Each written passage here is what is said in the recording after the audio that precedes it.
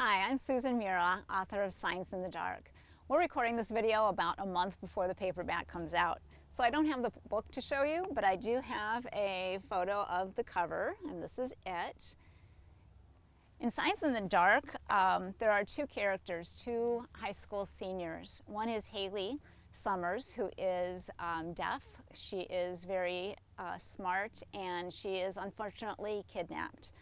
The other is Nathan Bolova. Nathan had asked Haley out a few days before her disappearance and now finds himself as the prime suspect in her abduction. So why am I telling you about this book here at Wisconsin Big Cat Rescue? Haley volunteers at a wildlife sanctuary, a wildlife rescue sanctuary that I based on Wisconsin Big Cat Rescue because I was so inspired by this place. So I'm here with Jeff Kozlowski, who is co-owner.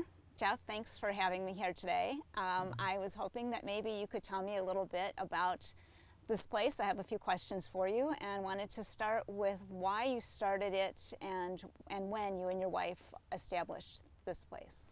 We started this place in 2007 is when we started Wisconsin Big Cat Rescue, and we started it kind of in the beginning. We were doing pictures with cubs, and we were finding out, you know, the actual dark side of it and what went on afterwards. Yeah. Not how we were doing it, but you know, it puts stress on the cubs and on the animals, and we didn't think that there was a need to rescue big cats, but as we went on with that, I think we did it for a total of 3 months, that there was a need to rescue big cats.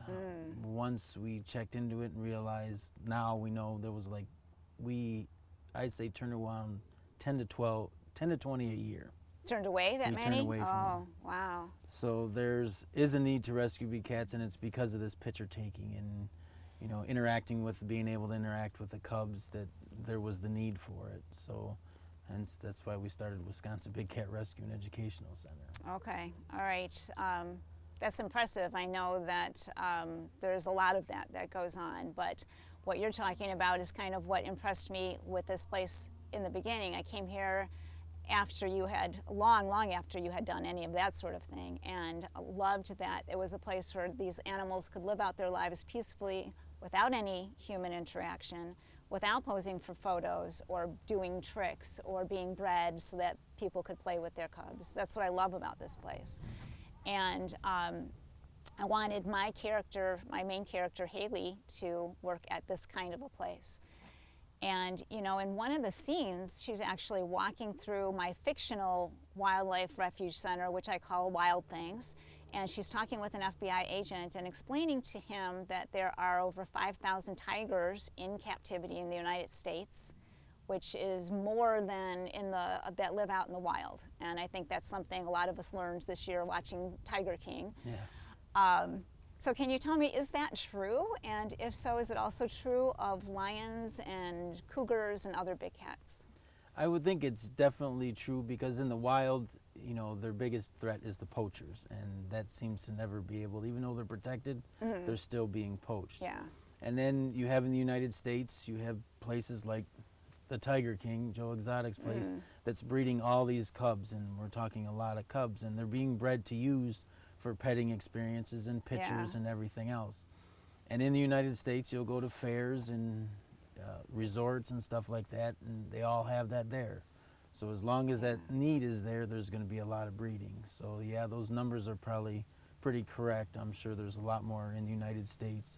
Tigers and probably lions. The rest, I think there's more in the wild than there actually is. So primarily you think lions and tigers? Yes, the two larger No, cats. I know. I've seen them everywhere, like you said, carnivals and even even pumpkin zoos and pumpkin farms and petting zoos and all of that. And it always breaks my heart to see that, because you think these cubs should still be with their mamas, basically. So I know that you have a vet on staff here that takes care of these animals when they're first brought to you, and also the whole time that they're living here, so that they live nice, healthy lives. And in my book, Haley's stepfather is actually the vet at the Wild Things Rescue Center. I would imagine that vets at these kinds of places see some pretty horrendous things. So can you tell me, what's the condition of the animals when they're brought in, and what are maybe some of the extreme cases that you've seen? A lot of the extreme cases and conditions is we get undersized cats, which means they weren't getting the proper calcium in that they needed as they were growing. Mm-hmm. So then they have real brittle bones. So as something as easy as jumping off a stoop or anything like that, you know, they could easily fracture bones. We see a lot of urine burns on paws from walking back and forth in smaller cages where they're kept, and so they're actually walking in their feces and urine. I never would have thought of that. And then we also see another thing you see is rub marks on the face because they're pacing back and forth and rubbing their face on their cages because the cages usually aren't big enough or they're not getting the enrichment they should give. So you see a lot of that, and a lot of the cages, they're just mud holes and they're chest and ankle deep in mud and feces. So yeah, there's some pretty horrible things you see. Okay. Oh, that's painful to even think about. You don't see any of that here. No. And then one last question for you. Haley wants to become a wildlife rights advocate. And I'm wondering, like, what are things that just everyday people can do to help reduce the number of cats that end up needing to be rescued in the first place?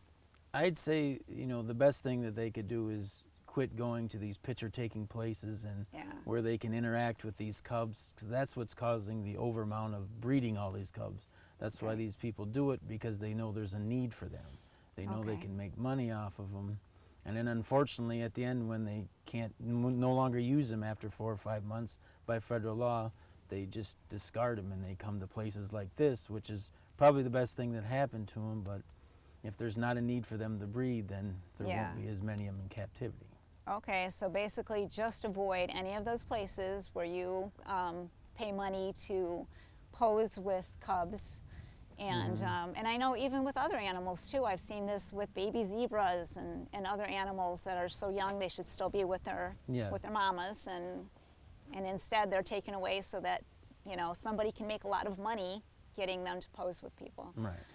So if you can just avoid that, that will take away a lot of the problem. Yep. All right. Well, thank you for that information and for letting me be here today to talk to you, and just for everything that you do to give these animals a better life.